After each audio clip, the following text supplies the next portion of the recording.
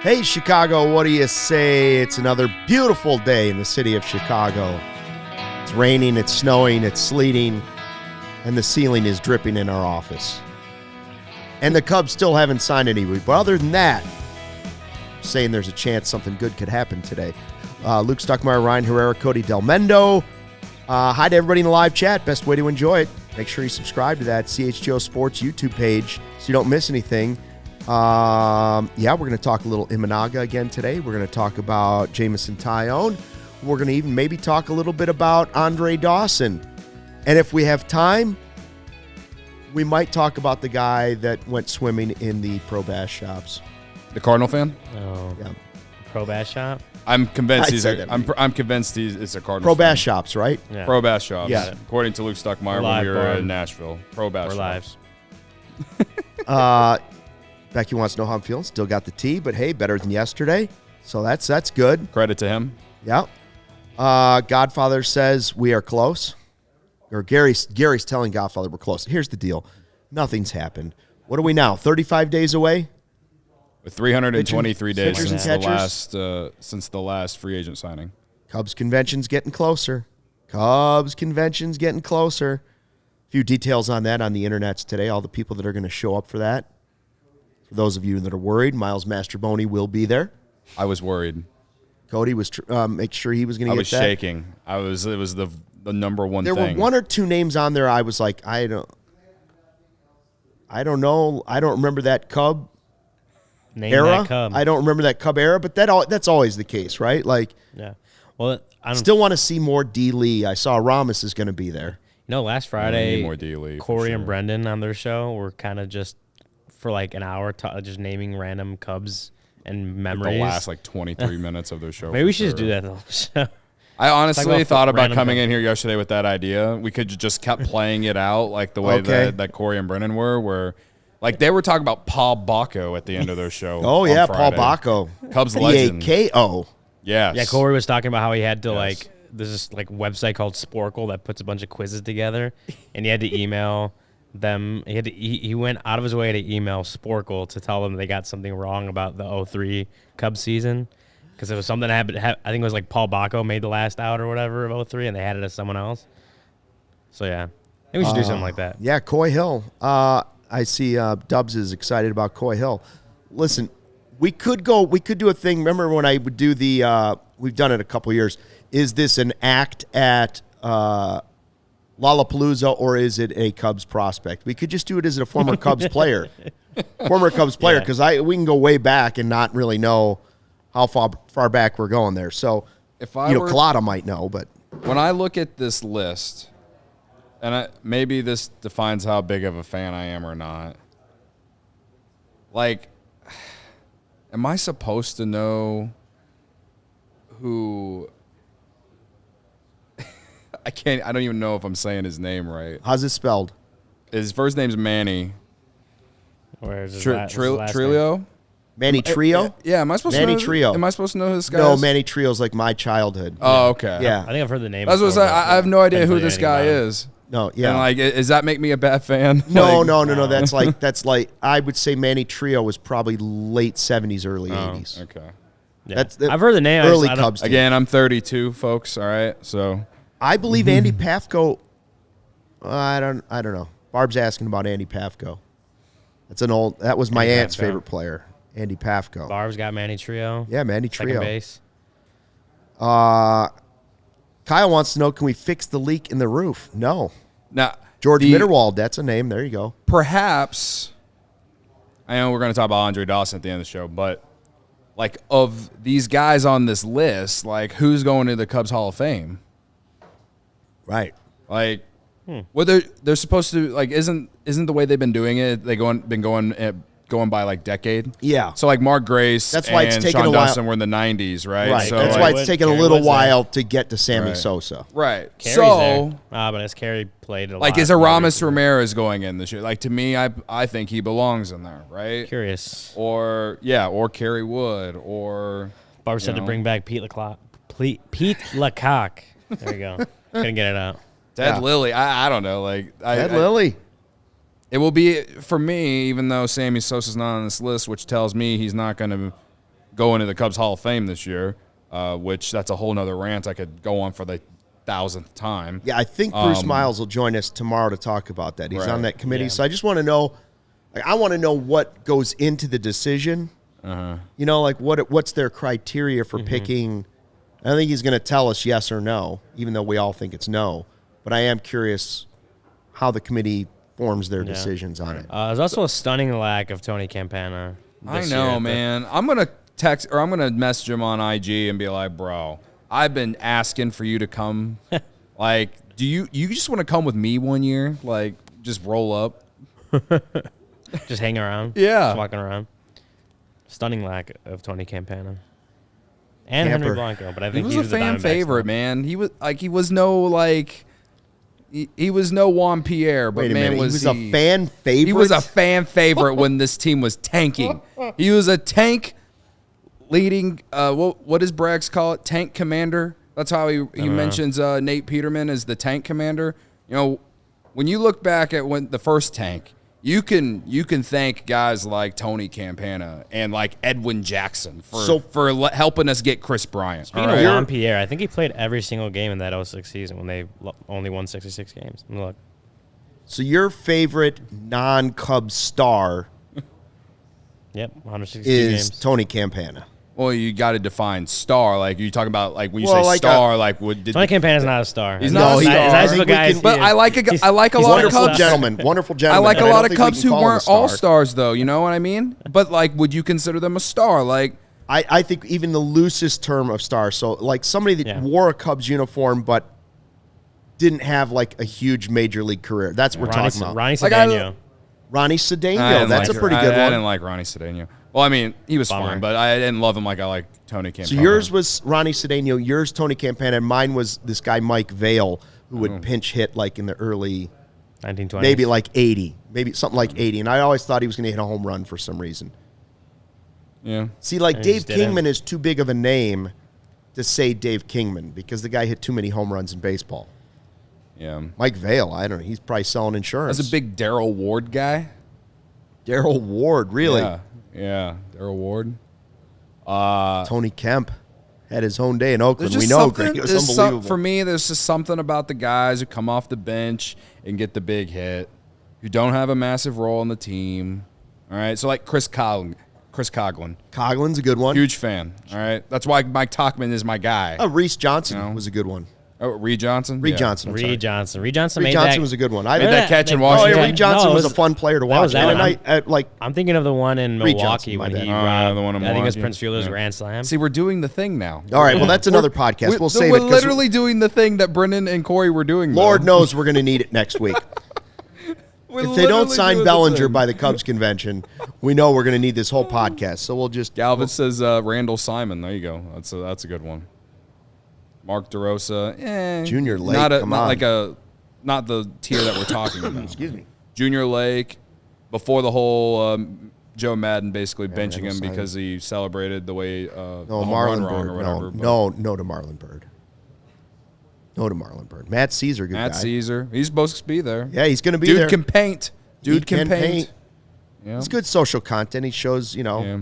He's from the 16 team. Yeah. His bat lives in a legendary lore, See, I think, for me, I think Mark DeRosa, and this is the last thing we'll say on this, I think Mark DeRosa is too big of a name to say sort of just like another Cub. Right. He wasn't like the star of the team, but he's a face of MLB Network. He had a pretty long He had a pretty big fan base. He didn't play with the Cubs long enough, in my opinion. I remember when they 3-4 years maybe. Yeah, it should have been longer. Cliff Floyd, another. Oh yeah, Marquee. Floyd, How can you forget about Cliff Floyd? Yeah, forget about Cliff Floyd. All right. Legends. Where will Jameson Taillon finish in that conversation? Could we be having the same conversation about Jameson Taillon 15 years from now? Well, maybe. I don't know. Hoping we don't talk about him like we talk about Tyler Chatwood. Oh. Well, yeah, right? You don't want to go that direction. No. He makes more money than Tyler Chatwood, so he has higher expectations. I think he is better than Tyler Chatwood. But I think we all had pretty high expectations for Tyler Chatwood when he came over, and obviously his first year with the Cubs was awful. So was not near like Taillon's first year was not nearly as bad as as Chatwood's. I think Chatwood got paid more too. Who was didn't the he? other pitcher that they He got signed? paid a significant amount, yeah. They signed early on to a pretty Maybe large not. contract, a veteran pitcher, and he just never did anything. Who am Edwin I Jackson. thinking of? Yes, Edwin Jackson? That's who I was thinking it of. four- Yes. Like 4 I said, years? he was part of the tank commander, man. Yeah, Edwin Jackson. Like If we didn't have Edwin Jackson, we sure as hell don't have Chris Bryant on Taillon's this team. gonna Or no matter someone what like happens, that. We don't- Taillon we- will finish. Do we have Kyle Schwarber on this team if we don't have Edwin Jackson? Like, I'm just saying. Like, he came in. Theo paid him a lot of money to suck. Like, that's what he was with the Cubs. There was never a point with Edwin Jackson as a Cub where you were like, this guy, I trust him today. The fact that Edwin Jackson threw a no-hitter is still kind of insane. Didn't he get With like 140 $30 million? I Didn't thought he he got like 50. what was Yeah, his I'm looking- I'm contract? looking. Look It's it been up. way too long. Four-year, $52 million. But That's what would that crazy. contract Be now. equivalent be It would, now? it would probably be more than what Taillon got. last Yeah. year, I would think. Right? Yeah, For sure. 10 years later. Well, it's I not would like think Edwin so. Jackson had a bad career. He just had a bad No, career. no, no. at He the just Cubs. he was washed up by the time he Yeah. got to the Cubs. Right. But somehow after the Cubs, he went on to pitch with like what, two Yeah, or he three still other kept teams. It felt pitching, like somehow other teams gave him a chance. Yeah. Here we go. We're getting off on the Sorry. random player. Sorry. random player Taillon. talk. I could do this all day. This whole just naming dudes. You know. But the Jameson Taillon, I think we could spend a week, and we may do this anyway, in the offseason saying, but I think we need to know who the roster is before we start going through the whole list. But I think if you had to pick X factors to a Cubs season, right? Last year we said Bellinger was the biggest X factor because the ceiling was so high for what he could deliver. He did turn out to be an X factor. They just didn't make the playoffs because other things didn't happen. But he was obviously an X factor. Sure. Taillon still holds that we had these, at least I had these expectations that he would be a possible 2 for the Cubs. I didn't know. I thought Stroman was still the one. I didn't know where Steele was going to slot in, but I thought it was possible that Taillon would be that number 2. Now Steele grabbed it, right? Yeah. And went with it and became the number 1. And Taillon's season didn't end at the end. It wasn't as bad as it was at times during the season because he did have some good starts. I just look at him now and I say they have holes in their rotation because Stroman's gone. They needed, we thought, potentially 2 starters in a perfect offseason is what you could add to this rotation. Taillon is still one of those guys that you could easily call an X factor on this team. Yeah. No, I think, and when we talk about right now, like this rotation as currently constructed, obviously Marcus Stroman's gone. As currently constructed, doesn't feel like a upper tier rotation. I mean, Right. you have Justin Steele is coming off a top 5 finish, but obviously like Kyle Hendricks is another year older next year. Had a good season, but had, similar to like Cody Bellinger, right? Had a good season, but had come off a couple bad seasons, injury-plagued seasons, right? So you don't know for sure if the things that Kyle Hendricks did to get back to where he was in 2023, well, how long will that get? Like how much longer does the leash get for him now that he's proved he kind of was healthy and could pitch effectively? And then you got young guys like Jordan Wicks who, potential for that still rookie / sophomore year struggles. Javier Assad, had his I think some of his later starts aside, you could see some flaws in his game that you'd hope he'd have to work on. But for the most part, I think we sit here and look at this rotation as it's not an upper echelon rotation. It doesn't feel like a major strength for the team. Taillon looking more like he did in New York, more like the guy the Cubs thought they were signing when they gave him 4 years, $68 million. That would be really big for the rotation. Now, do I think that's enough for the rotation? No. But I do think having him emerge as like a number 2 even, or a really good number 3, I think that's huge. And then also depends on what they do the rest of the offseason when they do eventually sign someone, right? But having him emerge and being a lot more consistent, a lot more effective, the pitch mix works a lot better. I think that's huge for the rotation. And when you're talking about the in-house options, yeah, I would say he's an X factor because the amount he's getting paid to be one of their better starting pitchers. And then, again, what they think he can be when he's pitching well and pitching effectively. Like that, for me, I would say as far as what they have on the roster right now, rotation-wise, he's the X factor, because if he could be really good, that is a big boost for the rotation as a whole, I think. Yeah, I mean, they obviously need a bounce back. They need more of what they got in September, all of next year. I think if you're going into 2024, though, hoping that he can even get to a number 2 spot in the rotation or form out to be that by the end of the year, I think that's setting yourself up for failure. I'm just asking for middle of the rotation guy. I'm asking for number 3. I'm asking for number 4. And like a lot of people in the chat are mentioning, like, I'm going to put all my chips in on Cade Horton in 2024. And what I mean by that is I'm going to be optimistic that he can be that number 2 guy behind Steele and eventually probably the number 1 in years to come. But I that's a lot of pressure to put on our guy who's never pitched at the major league level, all this and that. However, probably the best pitching prospect in all of baseball, I think, going into 2024. So I think that it's okay to have those kinds of expectations or optimism. But as far as Taillon, I think that if he just does what he's done throughout his career, which is just be a really good middle of the rotation guy, then like I'm fine with that. I just feel like if I ask for more, I'm setting myself up for failure 2 years in a row, because last year I went into last season with optimism that he could be the best guy in the rotation. And not only was he not that, for 3.5 months he was the worst pitcher in the rotation. So I'm just asking for him to get back to what he's known to be throughout his career. And if he can do that, that definitely sets them up to have success. And, I feel like either way, no matter where you look at on this roster, if you're talking about offense, you're talking about defense, you're talking about pitching, this team's going to be asking some of these young dudes to come up and blossom a little bit. And like when we were talking about New Year's resolutions last week, Ryan said, Cubs need to hit on some of these prospects. So like I don't think it's a bad thing for me to say that I'm going to put more optimism in that than I am in Jameson Taillon, being better than what I expect. My expectation for 2024 for Jameson Taillon is just be who he has been throughout his career. Niren's asking if this is an emergency podcast. No, not yet. No, not yet. Not an emergency pod. Yeah. I would agree that I think the reason that we said they needed 2 starters was some of the disappointment in Taillon not being able to figure out the fastball. And he was like, listen, whatever it is, I can't figure it out during the season. I love the fact that he went into the offseason and right away he hit, he showed on social media, which is fine. Yeah. He showed that he's putting the work in. Yeah.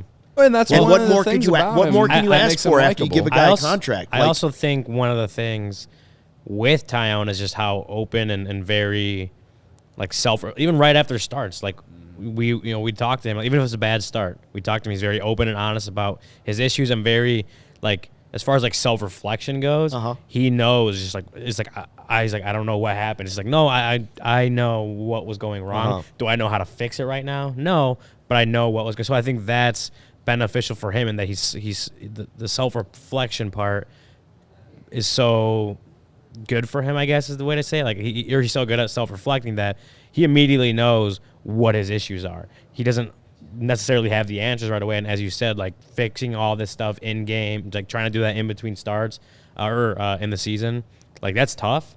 But when you get a full off season, knowing what was plaguing you, knowing what your issues were, if you can pinpoint them down and give yourself the whole off season to work on them, like that's just huge, just for that off season pitching progression type stuff. So I think that part of it, when I look at who Jameson Taillon is and how he just understands what's going right and what's going wrong for him, even if it's right after a game. I think that is where I look at, I'm expecting a better season out of him, a more consistent season out of him, because he knows what the issues were and he's going to have a whole offseason to work on them. Now, obviously, you hope that new issues don't emerge or the same issues start to pop back up for sure.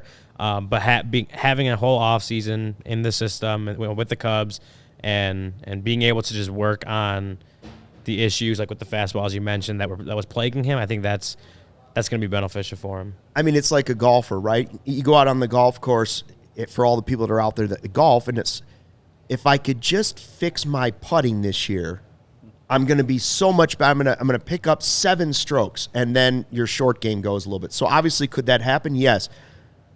Something tells me that the sample size of what Taillon has done before lets me believe in my heart that you're not going to get Taillon from last year. You're only going to get a better version this season. I'm not saying it's going to be a number 1 or a number 2.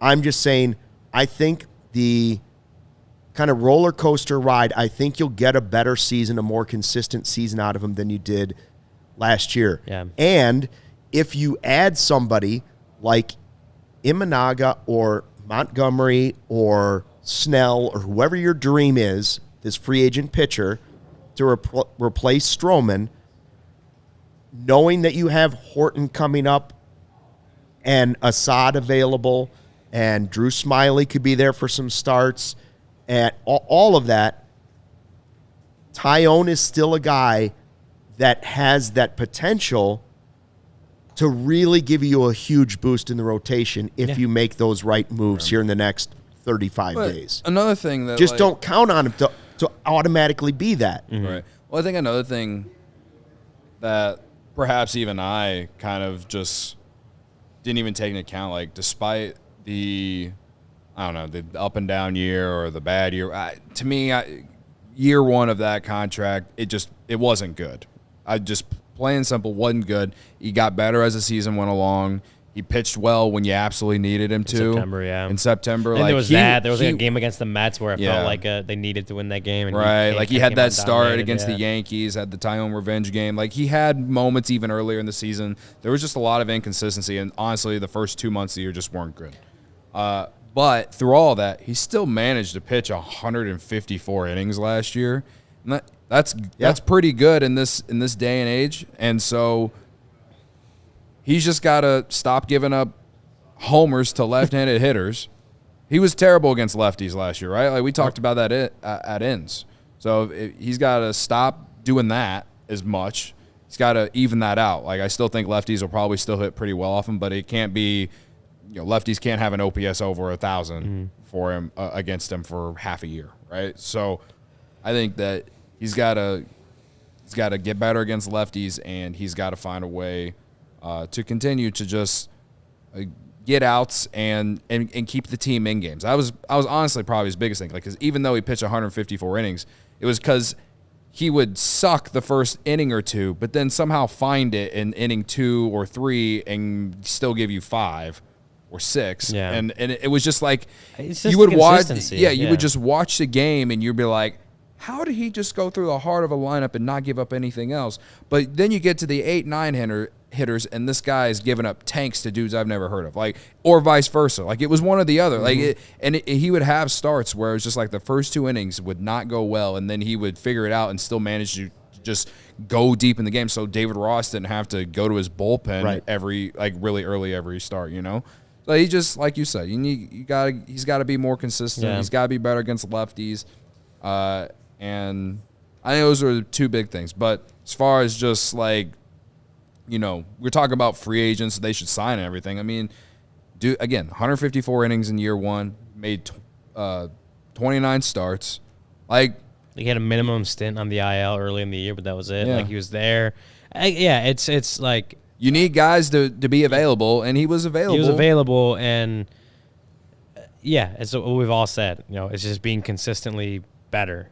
And, it's easier said than done, of course, especially from us sitting here on the set. But, like, a guy that's very routine-oriented, who, like you mentioned on social media, you already see him getting after and focusing on the things he needs to focus on this offseason.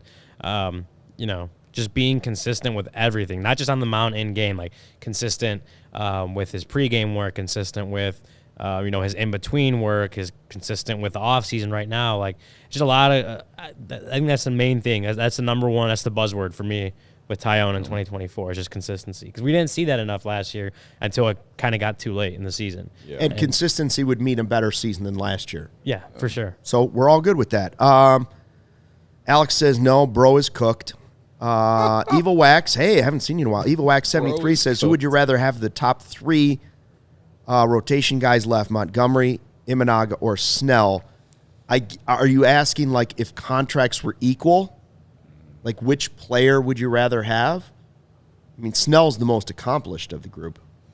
Yeah, he's also the most risky Yes, one. when we're in talking my about opinion. inconsistency. Agreed. I would probably go Montgomery. And somebody in the chat earlier said, I saw him against the Astros and was like, that's the guy I want. Yeah, I was listening to Clark. Like, Brendan actually had a good conversation about that with Snell and Montgomery and like Imanaga, and They did. then I got distracted. I mean, I would love to summarize it, but then I got distracted when Brendan started talking about seam shifted wake. Which Right. Yeah, so Right. like that, like Don't get caught in the that way. just like I started like the Don't Zach get Galifianakis. don't get caught in the heat maps. Yeah, the Zach Galifianakis hangover meme, Yeah, which is like all those numbers. all the numbers flying around. But Yeah.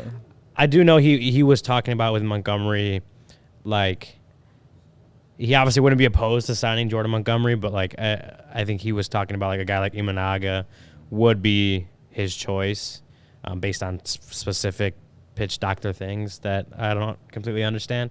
I mean, I think with Montgomery, I think if you're basing like Montgomery versus Blake Snell, I think Montgomery is probably like the safer, more consistent option, but Blake Snell just has the ability to be a Cy Young guy. He's Right. done it 2 years, Yeah. but it Strikes also out dudes. took him 5 years in between Cy Young. So it's like you've seen the inconsistency throughout his career, season to season. Not that he's always a bad pitcher, like a really bad pitcher, a really good pitcher. I think his floor isn't that bad, but it's also not as high. It's lower than you want or than you feel safe about. But his ceiling is also really high. But he's also going to cost a lot. You know, he's going to cost Right. more money. If the contracts were all Yeah. equal, it's an interesting The thing conversation. the thing that makes me intrigued about Montgomery is that he's just been consistent 3 consecutive seasons. Like, it's not even like with Blake Snell, like what Ryan said, like his Cy Youngs, it's not like they're happening back-to-back years or like 2 out of the last 3 or whatever. He's had up and down seasons, and you just don't know what you're going to get from him in 2024, I don't think. Also, like I've mentioned many times on here, I've mentioned in Twitter spaces that I've done, like almost a 14% walk rate last year. Like, that's bad. And like, That's listen, if you watch this team, and I assume all of you in this chat did, like you watched this team during the golden era with a lot of the pitchers they had that walked so many dudes and how it came back to haunt them, like it just scares me to with someone who had a walk rate like that last year. And it's not even the first season that he's done that. He's had other seasons where he's had high walk rates. So, yeah, he strikes out a ton of dudes, but he also walks guys. I don't know. Like, if the walk rate wasn't so high, I'd probably be a little bit more in on him. But it's just the inconsistency and the walk rate is what scares me. Now, between Imanaga and Montgomery, again, like Imanaga is a risk in the fact that he's just never pitched here. I'd right? take the guy I've seen. Right. Do well in the postseason. But I'm What? But they're like, if you just look at the type of pitcher Imanaga is and what the experts project him to be, it's another version of Jordan Montgomery. He's not going to overpower you. It's not like he gets a lot of ground balls. Like, this is like, it's absolutely not exactly what I want the Cubs to be getting in free agency, or what I was hoping that the Cubs would be getting in free agency from the pitching side this winter. But we are where we're at, and they need an arm, and who knows, maybe they can make, whether it's Jordan Montgomery or Imanaga, better. Great, I don't know, but Montgomery, 3 consecutive seasons, 30+ starts, over 150 innings pitched. Just came off the World Series, all these things. Like, he's had success. He's familiar with this division because he pitched for the Cardinals. So, I don't know, man. Like, yeah. I'm fine with either one of them. I guess if you force me to choose, I'd say Montgomery, but that's just because I know what I'm going to get more so out of him. But no, yeah, I think I'm fine with either one of him or Imanaga. Excuse me. Yeah, I don't know who my preferred choice. I think it just depends on what you want and what your level of, the risk you can take, Like how much risk are you willing to take on with a contract like that? Because like I said, Blake Snell, the most like proven of the guys, highest ceiling potentially of the guys, probably of the guys, considering he is a 2-time Cy Young Award winner. But he's also going to cost you a lot more money. You mentioned the walk rate. We've talked about the inconsistency throughout his career. Like that's risky, right? They're all risks. Imanaga. So every free agent is a risk. So what risk do you want? I don't know. It just it depends on what your level of the way willingness to take risks is going to be. Gary says I won't be happy when they sign Imanaga by Thursday, and you're incorrect, Gary. Please just sign anybody's. Well, all I'm asking for. I'll be happy if they sign whoever. I would be fine passing on Snell solely because I'm such a believer in Cade Horton. Cade Horton can be your Blake Snell in 2025. He'll make it. I believe he'll be here mid-season anyway. I think Cade Horton can be what Blake Snell is in terms of the strikeouts, in terms of being a top of the rotation. What if you had two of those guys? Well, if they give Blake Snell 7 years, $200+ million, then Cody Bellinger ain't gonna be here, and their offense ain't gonna score any runs. At least that's the way I look at it. You know what? That's what we said last year. I think they were like ended up being top 5 or top 3 in runs scored. So I'm just saying that literally win the last season saying that. And that's just me being a meatball, top 3. Right? But that I view if they go and pay Blake Snell all that money, I don't think Cody Bellinger is going to be here. But who doesn't like meatballs? And who doesn't like CIRCA Sportsbook, Cody? I mean, if you don't like CIRCA Sportsbook, get out of my face. Get out of my face. Get the fuck out of here, brother. I'm going to convince you why CIRCA Sportsbook is awesome, all right? One reason, they have tight money line splits, all right? Games strive to be a -110 split on CIRCA Sports menu, unlike other sports books, which may use a -115 or -120 split. CIRCA Sports keeps as little money as possible on large market bets, especially compared to other books. They do not limit players based on their winnings. Every player has the same limits, unlike other books who do limit winning players. They actually encourage bettors to download and explore other sports betting apps available and compare the lines from each sportsbook. I was doing so good on this other book that they limit how much I can use or how much I can bet when I use their boost. Right. And it's like limiting the good things that Batman can do. Right. So, like, for instance, last night I made a bet using a boost on this other book, and it only let me bet $10 because I've been killing it on their book. Like, they're probably tired of me. They probably want me to leave. And CIRCA, they just won't do that because they're the best. So, and finally, their customer service is the best. If you don't like chatbots, then go to CIRCA. That's why I go to CIRCA, all right? So all aspects of the app are being run by the same team that runs the main CIRCA Sportsbook at CIRCA Resort and Casino in Las Vegas, the second greatest place on earth behind Wrigley Field. All right, so download the CIRCA Sports Illinois app at circasports.com/Illinois-app to sign up today. Also, be on the lookout for CIRCA events, watch parties, and tailgates. If you or someone you know may have a problem with gambling, call 1-800-GAMBLER or visit or text GAMB to 833-234 or visit areyoureallywinning.com. Very nice. Midtown Athletic Club has 4 Chicagoland locations: Palatine in the Northwest Burbs, Bannockburn in the North Shore, Willowbrook Southwest Suburbs, and Midtown Athletic Club and Hotel right in the middle of Bucktown over here and Lincoln Park. Now, don't forget, Midtown Palatine has just had this big multi-million-dollar transformation of the club. It's going to be complete here early in the year. Midtown is now offering no initiation fees in January at Bannockburn, Palatine, and Willowbrook locations. They have something for single people. They've got something for families with kids. If you're looking to make those lifestyle changes early in the year, this is the place. It's the nicest gym I've ever been in. And oh, the white fluffy towels. Did I mention the white fluffy towels in their state-of-the-art locker room? Super luxury is the way I would describe it. They've got yoga, boxing, cycling, cross-training, group exercise, and the best tennis courts and programming in the sport. They've got indoor-outdoor tennis. They got pickleball, paddle tennis, USTA, professional quality all the way. So head over to midtown.com/CHGO CHGO to tour the Midtown Athletic Club nearest you. And yes, you can go see that right there. Cody is down, 7 pounds? 7 pounds, brother.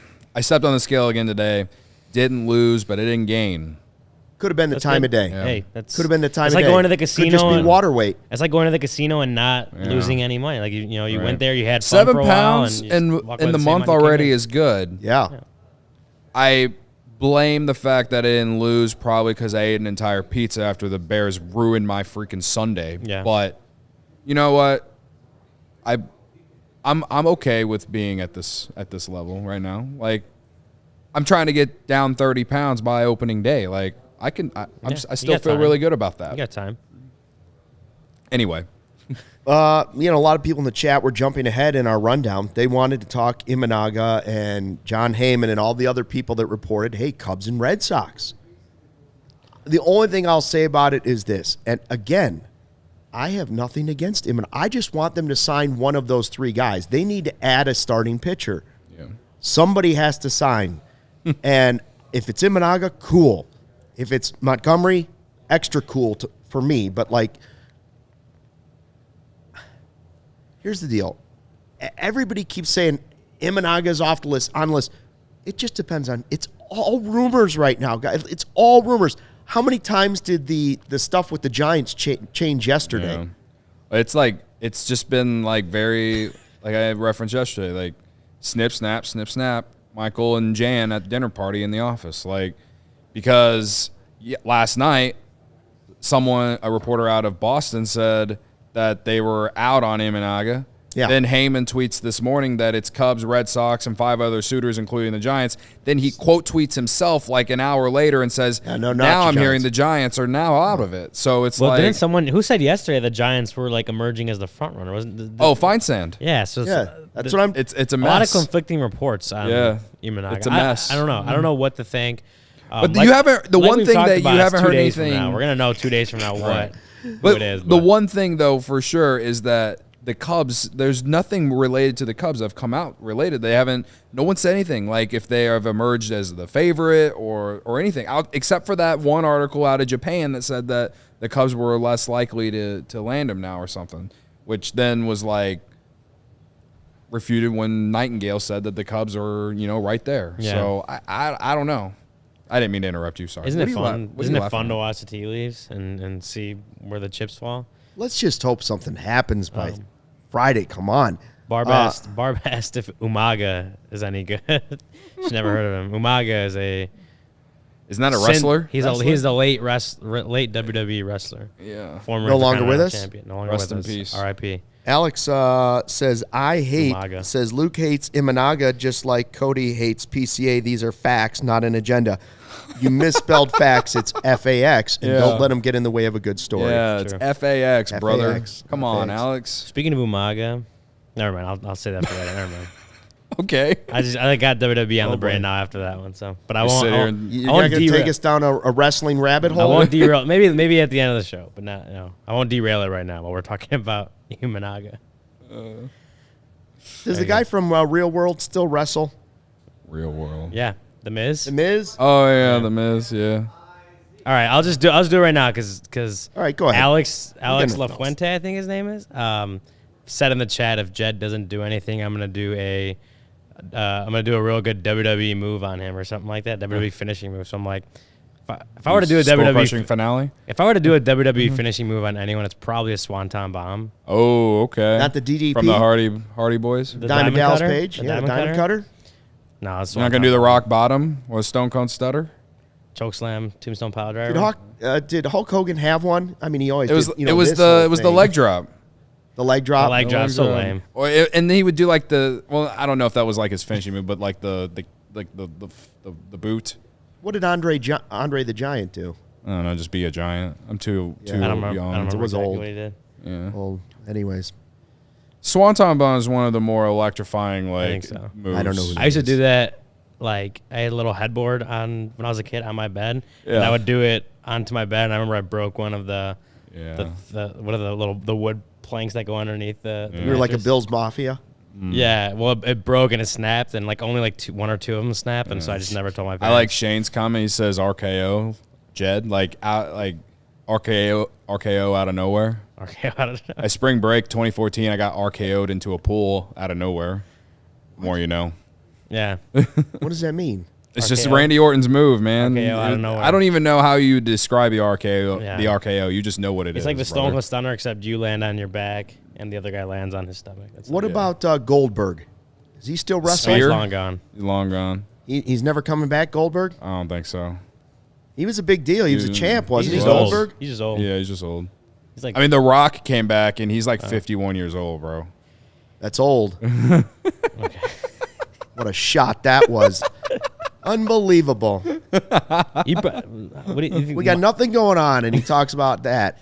Well, man, The Rock is old. 51, and he looked me dead in the eyes. He stared me down right across, just like he was just doing beams right out of his eyes and lasering me to death. You're probably a big fan of the Macho Man elbow drop, weren't you?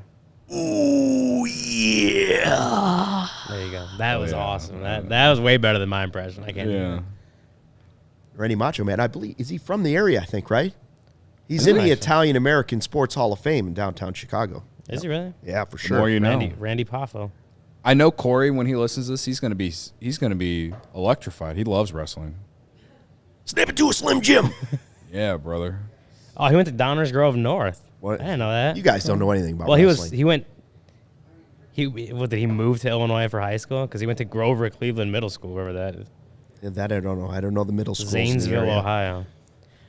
All right, sorry for Anyways, derailing this got a show. little bit off. In Well, we got relation- our second thumbs down based on that. In relation, I did watch Armageddon 2004 last night as I went to sleep. So this is where I'm at in the off season too. There guys. you go. There's nothing else to talk about. Tell Luke to never do that again. Saying this with love, Alex says. Alex just is on my case Greg today. says we have officially derailed. Oh, months Yeah. ago. We started the show with naming former Cubs that no one remembers, We're not talking and about WWE. now we're talking about What the Cubs have done to finishing us. moves. It's what the Cubs have done to us. I saw somebody earlier in the chat asking about Cubs convention and will the beer bat be making an appearance? Would you sign if someone asked you to sign their beer bat? Would you do it at Cubs convention? I mean, I guess in a way, I think a it's kind price. of weird, but at the same time, like I'd do it. Why not? How good is your signature? Not great. Yeah, you guys So, start practicing. I guess I should start practicing before I go to CubsCon on Friday. There has been a lot of questions too on if we're going to be live at Cubs convention, Oh. and we will not be live at Cubs Just convention. alive. Yeah, we were will- hopeful this year. We were hopeful, but We're going to yeah, it do a didn't bunch work of out. pre-recorded stuff that Yeah. will be sent out throughout the week, though. But either way, like I know I'll be there Friday for like opening ceremonies, and I'll be there. We'll all be there on Saturday Yeah, too. we'll all be there. Yeah. Should be fun. Yeah. I know Godfather said he's going camping. Yeah. Said he can't deal with the rah-rah. Yeah. Yeah. That's the most unsurprising Godfather thing to ever be said. I've never been less surprised. So back to Imanaga. So Do you buy any of what you're like? I mean, the chat was all fired up, like waiting for breaking news to come in, and this is happening. And do you believe any of it? what? I believe some of it. I believe they're not out on him. That's No, all That's all I believe. Just with how much. Oh, for starters, I don't think we're gonna get an answer till Thursday, since that's when his posting date or the posting window 4 closes. o'clock? Is that at 4 o'clock Thursday? I don't remember exactly the timing. Cody, you know the time, don't you? 4 o'clock Thursday. Thursday. Yes. So 5 o'clock Eastern. I don't think we'll have an answer before that, or like long before that deadline. And I definitely don't buy the Cubs are out, considering we're still hearing like, oh no, they're actually in. Like Yeah. I don't know who. I can't, based on reading the tea leaves, I can't tell you who the front runner for Imanaga is, but I think it does feel like the Cubs are still. I feel right like he there. hasn't signed because they're asking for too much. It's potential. Yeah. That's Very my possible. that's my conspiracy like tinfoil hat theory is I feel like he would have already signed, but they're trying, his agent and him are trying to get him over a $100 million contract, and I don't think anyone wants to do it. So we'll see on Thursday. I don't think anything will be any different tomorrow when we come in here and talk about him for the 10th time. But I think it has to do with him asking for too much, and at some point they're going to have to come down because he's got to sign before 4 o'clock on Thursday. So I think that the Cubs are his likely, or I think the Cubs are the situation he wants to be in.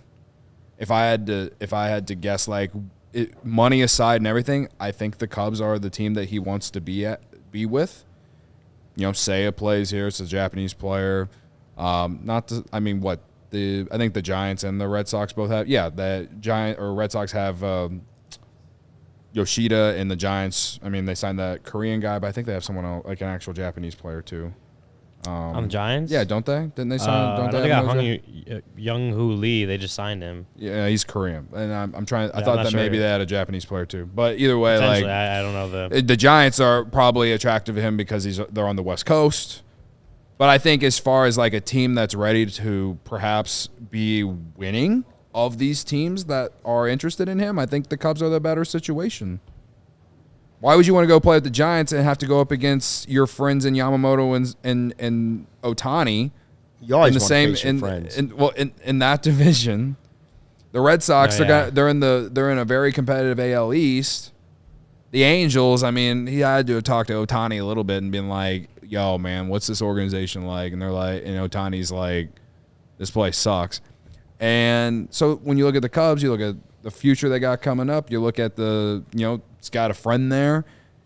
Feels like an easier scenario, like an easier place to perhaps win too with the division. I just think the situation is a lot better for him with the Cubs than anywhere else of the teams that are interested in him. No, I think that factors in is who's in a good position to actually be a good to actually be contending for something this offseason. I think the Cubs still are in a good position. I think that the foundation of the team is there, and you'd obviously like them to have, or to end this offseason having brought in veteran free agents, or if they trade for someone, right? But that's like to build on top of the foundation they already have, and guys like Dansby and Nico and even Seiya and the guys in the pitching staff.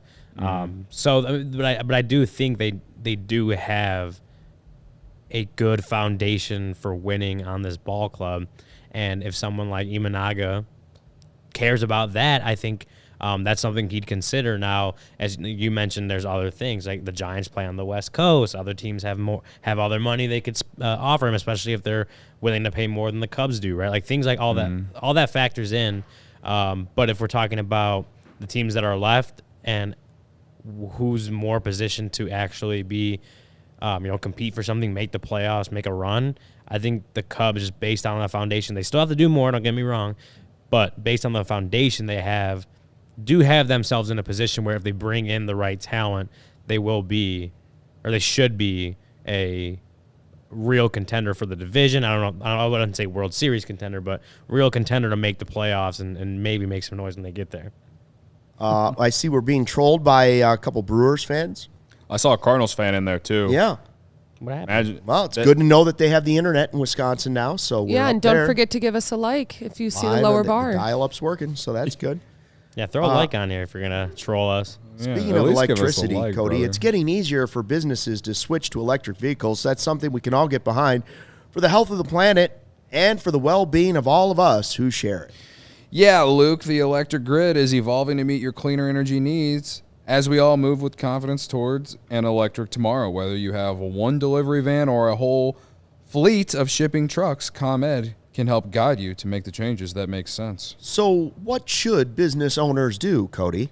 Well, Luke, Ryan, the chat, you all need to go to ComEd.com/clean to learn more about the resources, fleet rebates, and infrastructure incentives available to help businesses go electric. If you own a business, don't wait, Luke. Start making your plan today to switch to electric vehicles. Good for business, good for the planet, good for all of us. Go to ComEd.com/clean. Just to clarify, did you say ComEd.com/clean? Yes, I did. ComEd.com/clean, Luke. Open those ears, brother. Got to Wait, get them did you cleared say- out. I got a lot of wax. Getting older. Did you say Got a lot of wax. comment.com/clean? I did say ComEd.com/clean. So go now and see how going electric connects us to a better way of doing business and a better future for generations to come.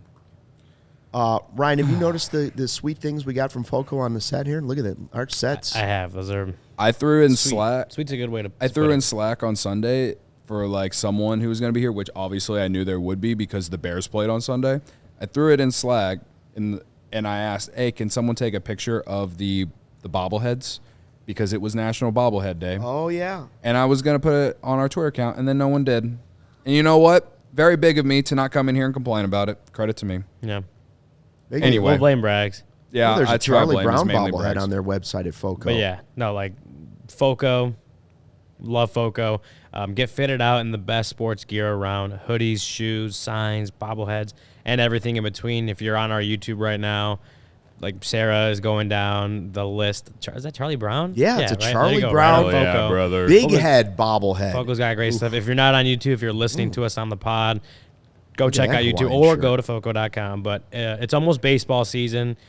Foco's got Aloha shirts, which, you know, I love. I love me a nice Hawaiian Aloha shirt. Mm-hmm. They got straw hats, polos, bags, everything you need for a Cubs game. They also got the set decorations, as Luke mentioned. Foco has donated a few awesome pieces for our sets, so go show them some love. Check out Foco.com or click the link in the description below. For all non-presale items, use the promo code CHGO10 for 10% off. Love Foco. Hell yeah, I brother. wonder what their number one selling Cubs item is. I saw. Has to be the bobbleheads. Match warmer You bobblehead. think it's the I think it's the bobbleheads? I saw bobbleheads. Get 'em all Cubby the time. Crocs on Yeah. there.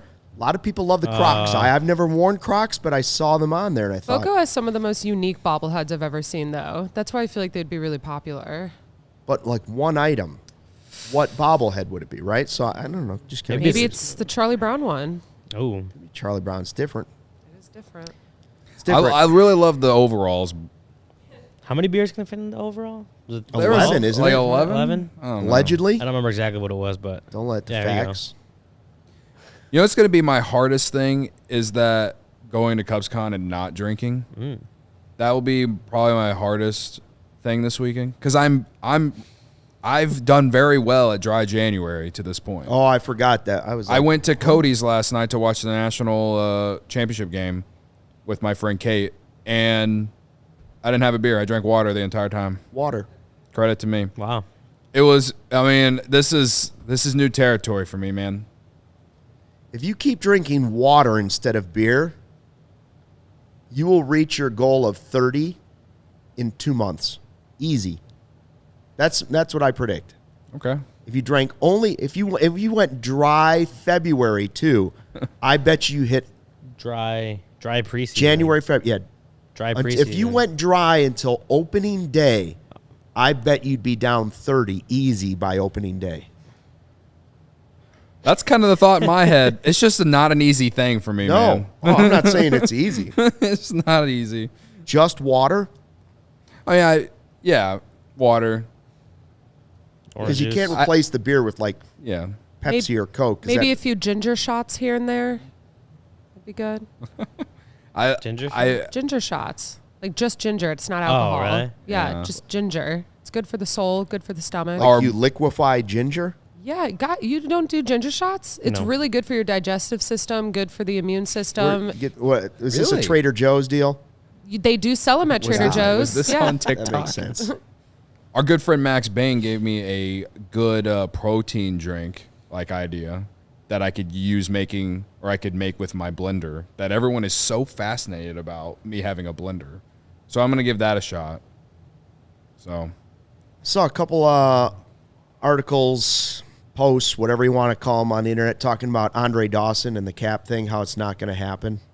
Just not likely going to happen. What I don't understand about it is, if why won't they just let a player pick what they want on the plaque? I know changing it would open it up to somebody else wanting to change it.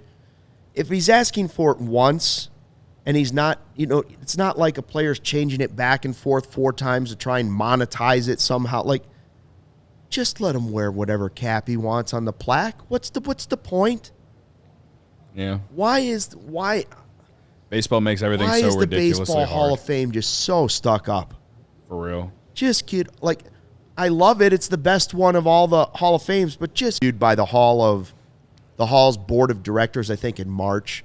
So nothing's official right now, but everybody that's heard about it is like, this ain't gonna happen. They don't change their mind. Question related to Andre Dawson in general. So the Expos, which is that where most people think he played, I believe, 11 years for the Expos and 6 for the Cubs. Right.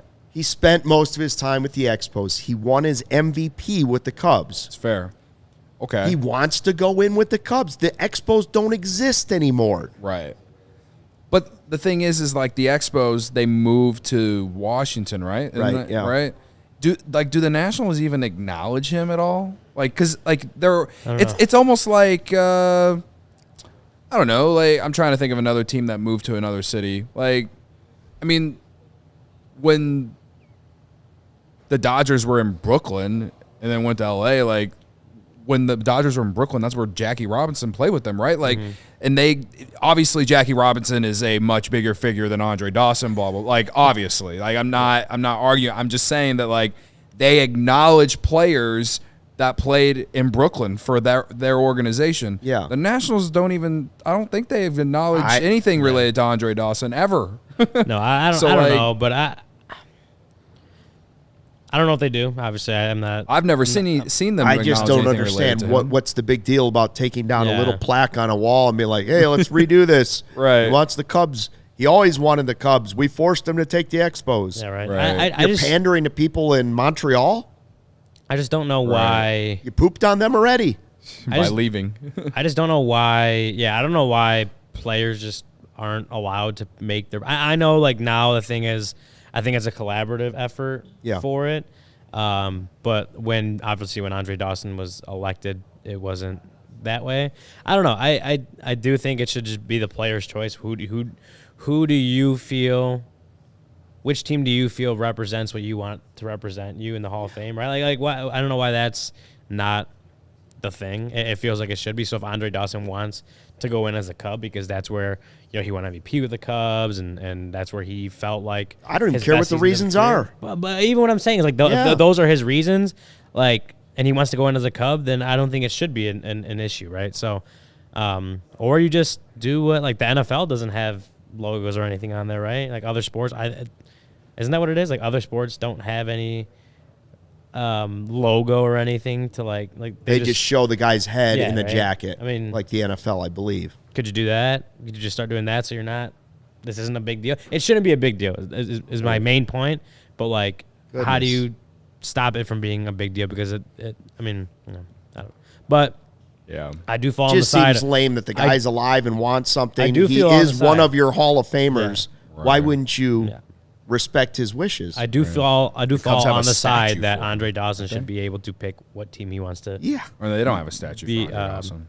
be on his Hall of Fame plaque. Anyways, real quick before we go, because we have 1 minute.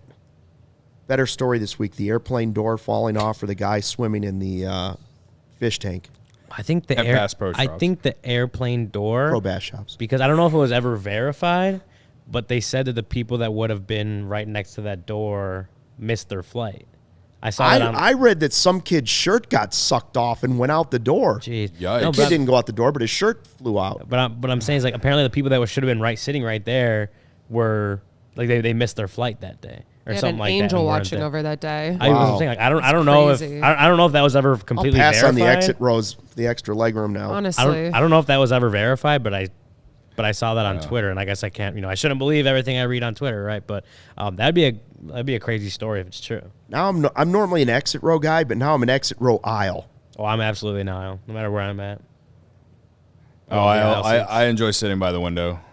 Yeah, because you can lean on it. Yeah. Aisle seats for life. Either way, But like I don't like sitting by that random door like that's in the middle of the plane that has like one seat by it.